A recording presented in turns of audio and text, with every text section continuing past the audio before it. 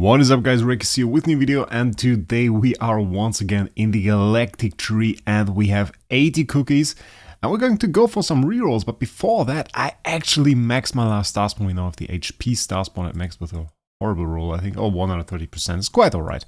Good enough for that. We don't really need it. But now we have all of these star spawn at max level, and I have to say I took like a long time, and I took a lot longer than some people or similar accounts, mainly because I might have used some star spawn materials for rerolls when this was released that I should probably have not used for rerolls, but yeah, that's that.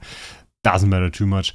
To be honest, I don't even have a lot of Stardust. Like, look at that. It's like 8,000 Stardust that I have left, and just maxed the last one, so it would not even be enough to upgrade that another level if that was possible. So I pretty much needed the time to get there anyway, so that is a thing.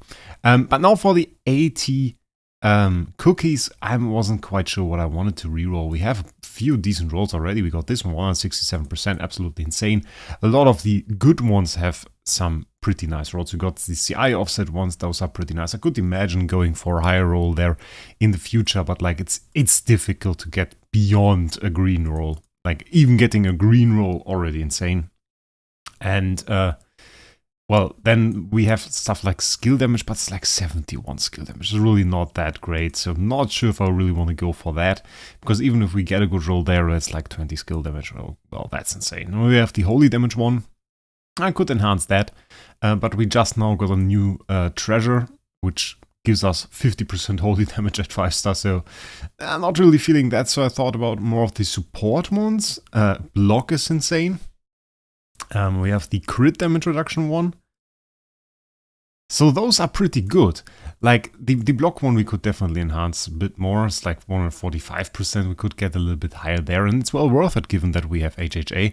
But then I thought like, well, we also got a few more dodge effects. We got like a dodge from Treasure Train, we got like dodge from PDE, and if you enhance PDE, get Destiny Transition, which a lot of people do for like LFA and stuff, you get even more dodge. So I thought like, why not go for the dodge offset one? And currently we have like 125 fixed attack, 119 dodge offset, and that's pretty bad, honestly. We can go way higher on that. Good roll to aim for is probably 140% plus on that, so that's going to be our aim for now. And if we get that soon enough, we'll go for some damage related star spawn, I guess. So let's roll, let's see what we get. Obviously starting off with a lot of the E tier ones, basically E tier, that's D tier, that's C tier, etc. I've only seen an A tier once or twice before, not on my account even. That's would be great if it was dodge offset, but like yeah, well, not worth it at all. Like the fixed attack and stuff, as I already said before, yeah, it's pretty bad in comparison to train. So going for that and sacrificing any stats on the main stats of those star spawns, dodge offset, is pretty bad. So like in this situation, even though that's one tier lower and we lose like 20% on the fixed attack, I will go for that because that's an upgrade to dodge offset, and really it only matters what you get there. Just if you have like no train at all, I could imagine that being alright to go for some fixed attack as well. But even then, some basic purple treasure train treasures will outscale the fixed attack on those star spawns pretty fast. So it's not really worth it. Spend an awful lot here already for just a 1% upgrade. I'm really looking forward to some luck here. That would be quite nice. And still, I mean, we have made this kind of into a series ball with just one. Oh, that's nice. 130% with just one episode per month. But like, still a series though. And even with all of the rolls we did, it's like 400, 500, something like this. I don't know if any of you guys know how many rolls we did, but it's probably pretty high. And I think we did some in live streams as well. So not really, wouldn't be able to find that out, but I would guess like 400, 500, something around that. I still haven't seen any A roll, anything beyond B, really, anything beyond the green star. And that's the same for Awakenings, really. So I wonder if the probabilities are similar. So the question is now, do we continue rolling? Like, kind of, yes. But on the other hand, no, let's go for damage. I think we just go for the attack one, or do we? Or do we have here 134? Or do we just get the skill damage?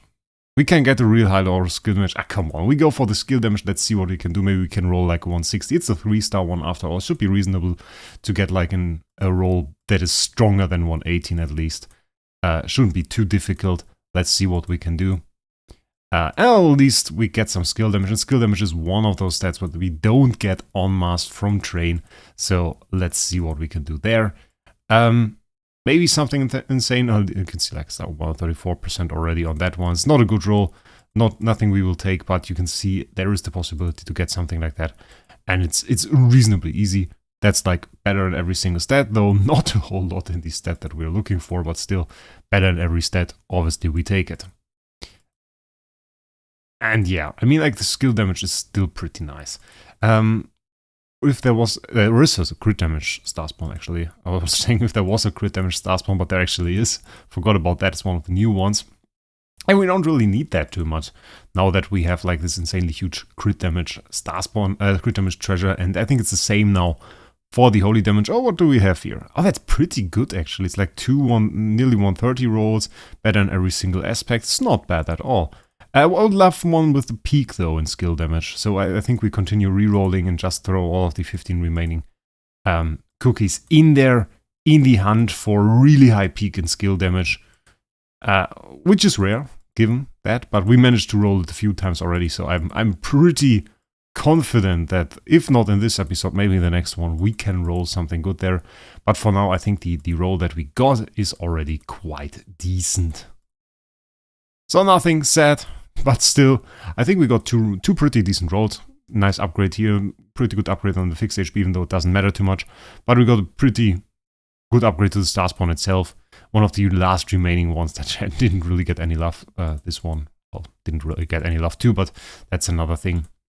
Dodge offset, we're going to see how good it really ends up being. But there are no few sources of dodge. People get more and more of it, so yeah. And given that I run a CC team, you really don't want your enemy to dodge your CC. That would be quite bad. Though TBB is certainly good against dodge because, well, passive skills can't really be dodged. And if you didn't know, her passive too, this one, that triggers her active skill, this active skill then counts as a passive skill.